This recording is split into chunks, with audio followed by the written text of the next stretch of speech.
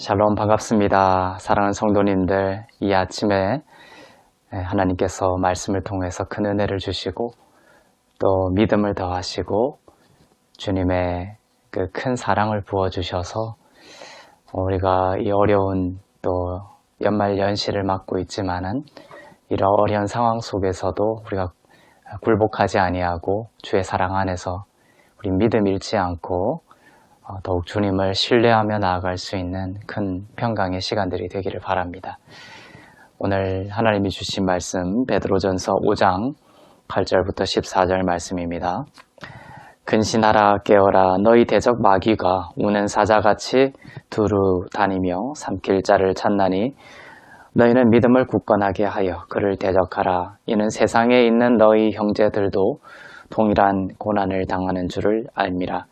모든 은혜의 하나님 곧 그리스도 안에서 너희를 부르사 자기의 영원한 영광에 들어가게 하시니가 잠깐 고난을 당한 너희를 친히 온전하게 하시며 굳건하게 하시며 강하게 하시며 털을 견고하게 하시리라.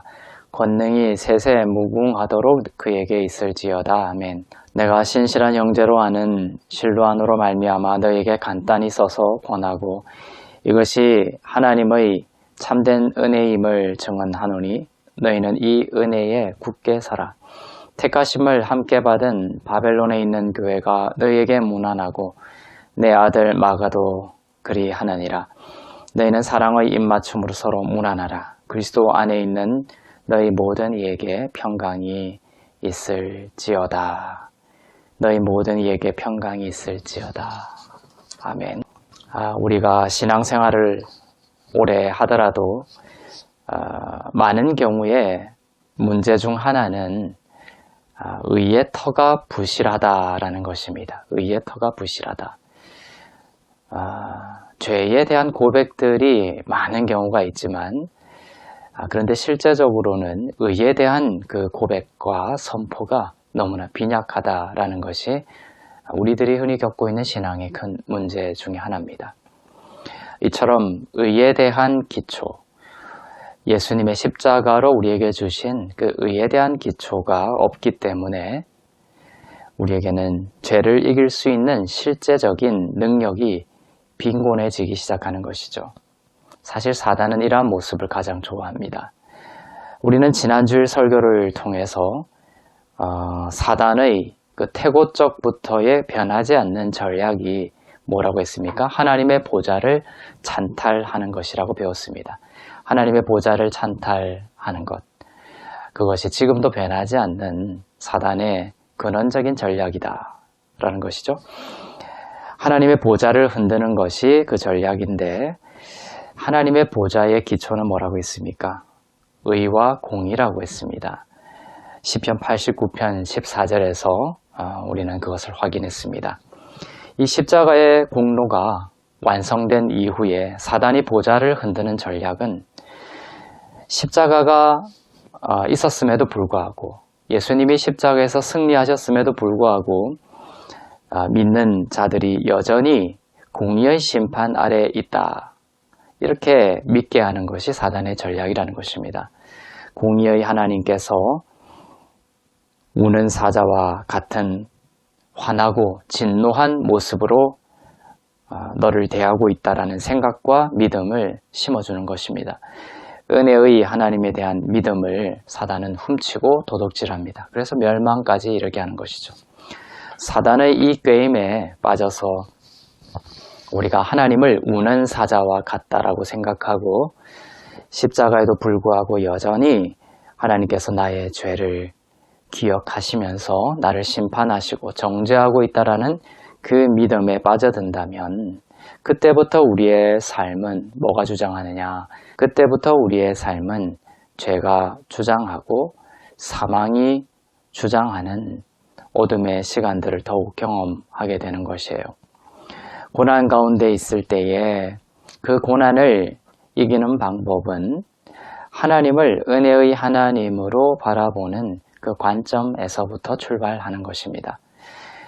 은혜의 하나님으로 바라본다라는 의미는 하나님께서 나를 어떻게 대우하신다? 나의 어떠함을 기준으로 나를 보시는 것이 아니라 예수님을 기준으로 나를 보신다라는 거예요. 십자가의 능력으로 우리의 모든 죄를 용서하시고 영원한 의를 선물로 주시고 그 의를 기초로 선물로 주신 의를 기초로 우리를 바라보시고 대우하신다.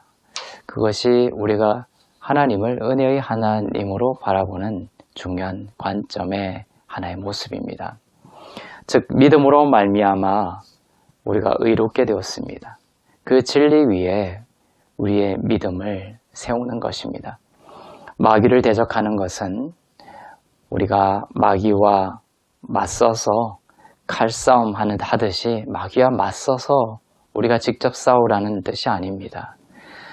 우리가 마귀를 대적하는 방법은 마귀가 십자가로 인해서 패배했다라는 그 법적인 패배를 선포하고 그리스도 안에 있는 성도가 승리한 자임을 믿는 믿음으로 우리가 들어가고 안식하는 것을 통해 우리는 사단을 대적하는 것입니다. 우리 스스로의 능력으로 마귀를 대적하려고 하면 할수록 우리는 패배하겠지만 승리한 십자가의 그 은혜 아래에 머물고 안식하고 주님을 즐거워하면 마귀는 그 패배를 폭로당하게 되는 것입니다. 오늘 본문 10절에 보면 모든 은혜의 하나님이다 이렇게 표현되어 있죠.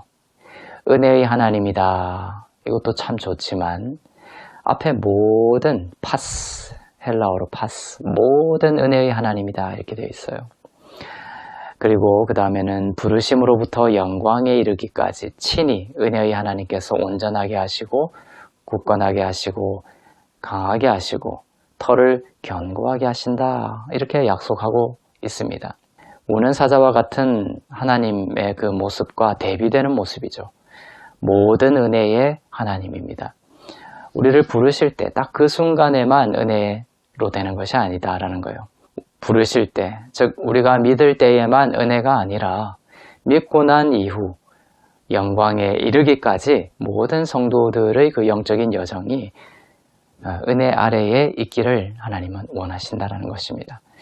우리는 은혜 아래에 있고 그때 하나님께서 친히 이루실 것입니다. 그분이 하시는 일입니다. 친히 온전하게 하시고 굳건하게 하시고 강하게 하시고 털을 견고하게 하실 것입니다. 의의 털을 견고하게 하시는 방식으로 고난을 이기게 하시고 우리를 성숙으로 이끄실 것입니다. 12절에서 너희는 이 은혜에 굳게 서라 이렇게 다시 한번 강조하고 있습니다.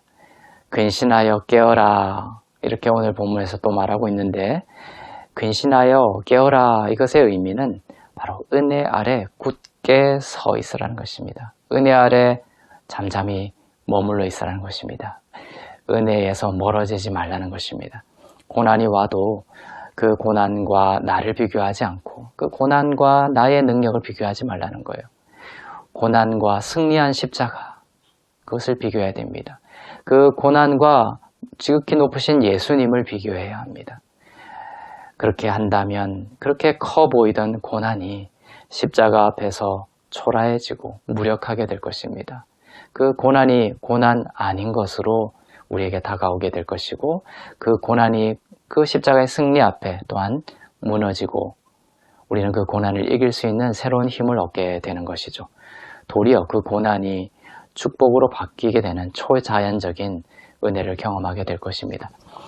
믿음을 도둑질 당하지 말고 깨어 있기를 바랍니다. 믿음으로 이렇게 되었다라는 그 믿음에서 멀어지지 않기를 바랍니다.